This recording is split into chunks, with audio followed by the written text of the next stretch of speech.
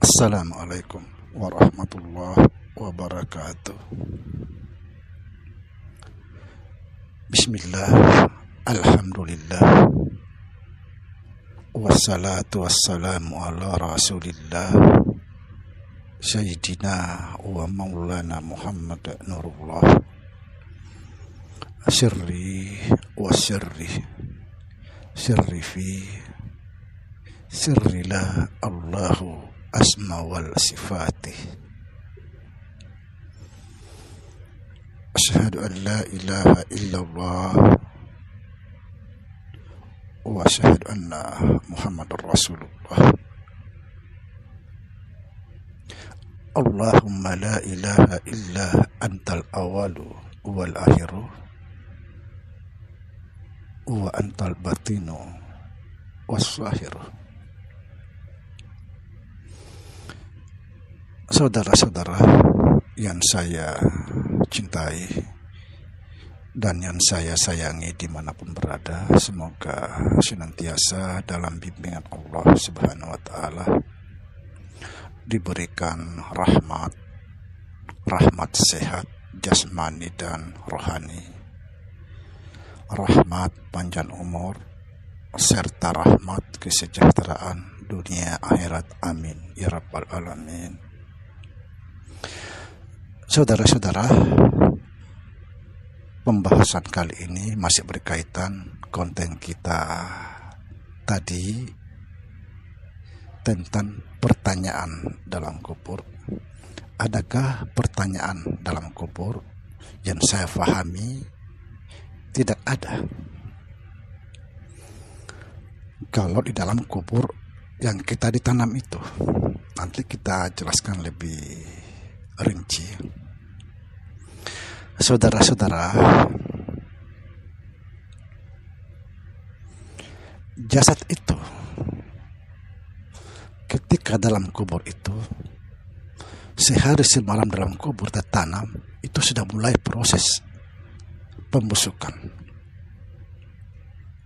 Nah, kita sering mendengar bahwa ketika kita dalam kubur, roh itu dimasukkan kembali lalu dibangkitkan. Ini yang kita sering dengar. Nah, perlu saudara ketahui, seperti tadi yang saya sampaikan, sehari semalam di dalam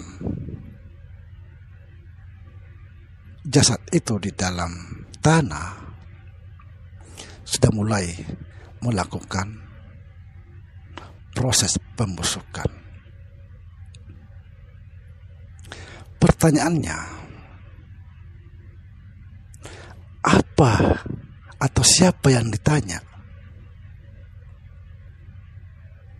Artinya, kalau memang ada pertanyaan dalam kubur atau di dalam tanah itu yang kita tertanam, siapa yang ditanya? Jasad atau roh? Kalau jasad tidak mungkin, karena dia akan membusuk, tidak ada waktu. Coba aja perhatikan saudara, baru digali itu, ditanam, digali lagi kembali, udah mulai membusuk. Kalau seandainya benar roh itu dimasukkan kembali, maka tidak ada pembusukan. Kalau benar roh itu dimasukkan kembali lalu kita dibangkitkan, pasti tidak membusuk.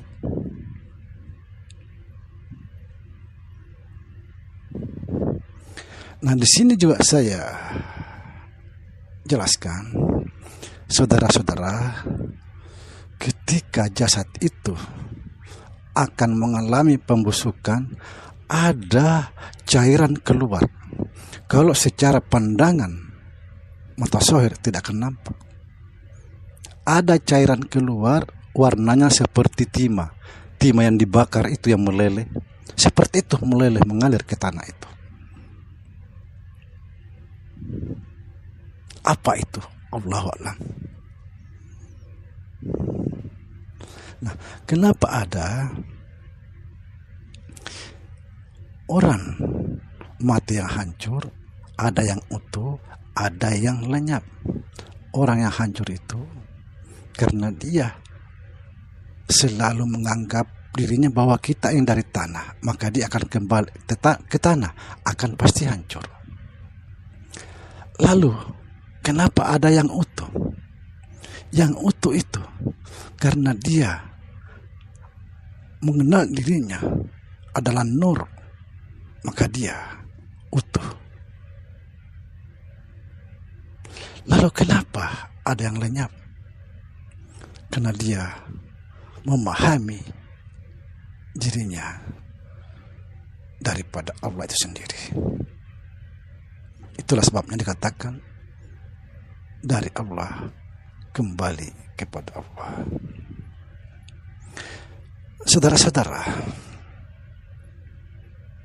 apa yang dimaksud dibangkitkan? Nah ini nih, memang ada pembangkitan, tapi bukan di dalam tanah itu kita dibangkitkan. Karena sering saya mengatakan, kita ini sebenarnya mati, terkubur. Artinya jiwa itu terkubur di dalam jasad kita ini, disebut tanah. Nah, setelah kita mati, roh itu keluar, itulah yang dibangkitkan. Yang dibangkitkan itu roh, bukan jasad. Artinya dibangkitkan dari jasad kita kembali kepada Allah Subhanahu wa taala.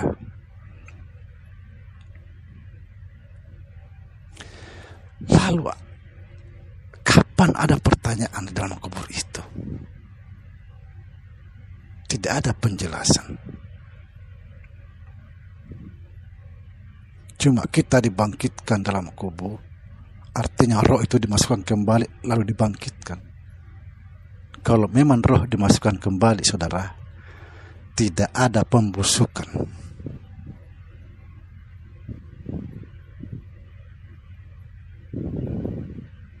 Karena sebenarnya yang dimasuk itu kita akan dibangkitkan. Perhatikan, saya sering menjelaskan, saudara, bahwa sebenarnya kita ini mati. Sekarang ini kita mati, artinya mati. Roh itu tertanam di dalam jasad ini.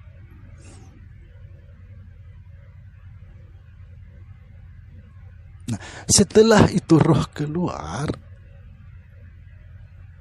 itulah yang dimaksud dibangkitkan. Setelah keluar dari jasad, roh itu sudah merdeka, bangkit. Jadi terbalik-balik sebenarnya.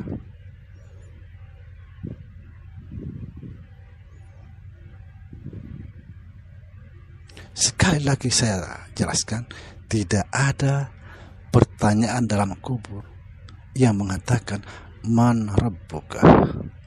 Tidak ada. Pertanyaan itu, man rabbuka, siapa Tuhanmu? Ya sekarang ini.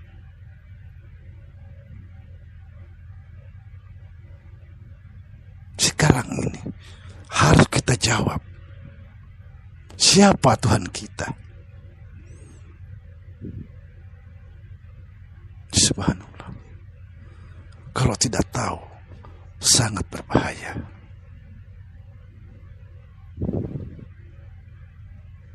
Makanya para aulia-aulia kita, para guru-guru kita, ahli-ahli marifat tasawuf sufi mengatakan barang siapa mengenal dirinya, dia mengenal Tuhannya. Itu sebenarnya kita diberikan satu pendekatan ilmu untuk mengenal Tuhan.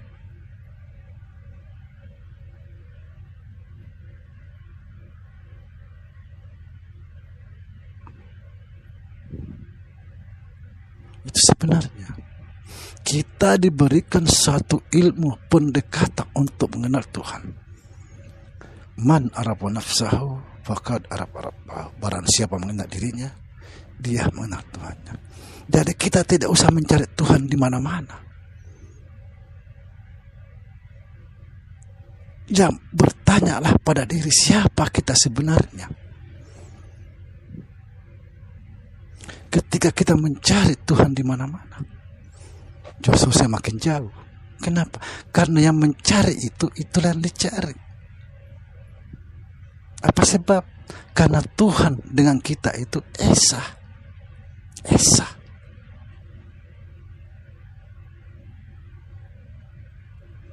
Saya kasih lagi gambaran, saudara.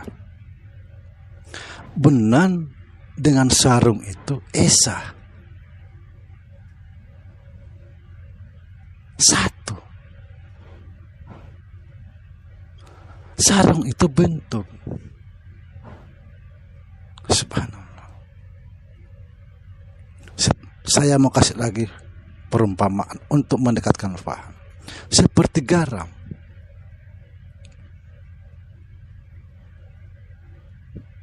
Garam itu wujud daripada laut. Kalau orang memahami ilmu hakikat, pasti dia melihat di dalam garam itu semua lautan. Sama dengan kita ini. Jangan mencari Tuhan.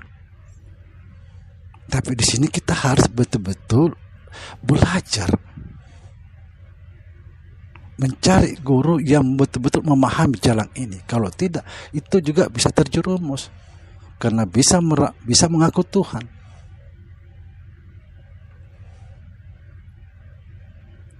Kenapa dikatakan bisa mengaku Tuhan? Karena Tuhan dengan kita itu esa. Salah sedikit saja esa.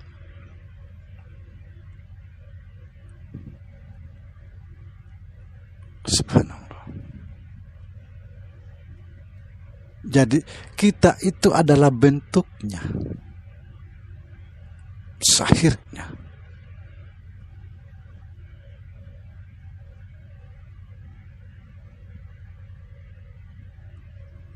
Mudah-mudahan faham kita semakin dekat. Insya Allah jangan putus asa karena seseorang yang betul-betul ingin mencapai Allah. Insya Allah Allah akan menarik dengan cintanya. Insya Allah. Kata Allah, siapa yang melangkah satu langkah kepadaku, aku akan melangkah kepadanya 10 langkah. Subhanallah. Siapa yang berjalan kepadaku, aku akan berlari kepadanya.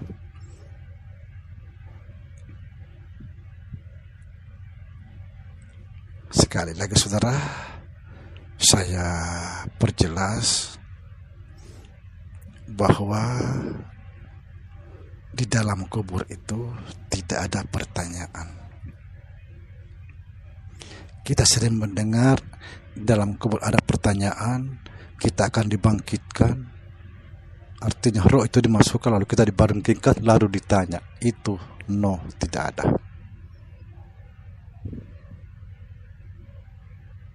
Yang dimaksud itu kita dibangkitkan, ada pertanyaan ya sekarang ini. Saya sering menjelaskan bahwa tujuan kita hidup adalah kematian. Puncak segala kematian adalah ketiadaan. Kita sekarang ini mati. Jasad terkurung, tertanam. Roh terkurung, tertanam di dalam jasad kita. Kapan dibangkitkan? Setelah jasad itu keluar dari, setelah roh itu keluar dari jasad. Itulah kita dibangkitkan, dihidupkan kembali. Subhanallah. Semoga bermanfaat. Assalamualaikum warahmatullahi wabarakatuh.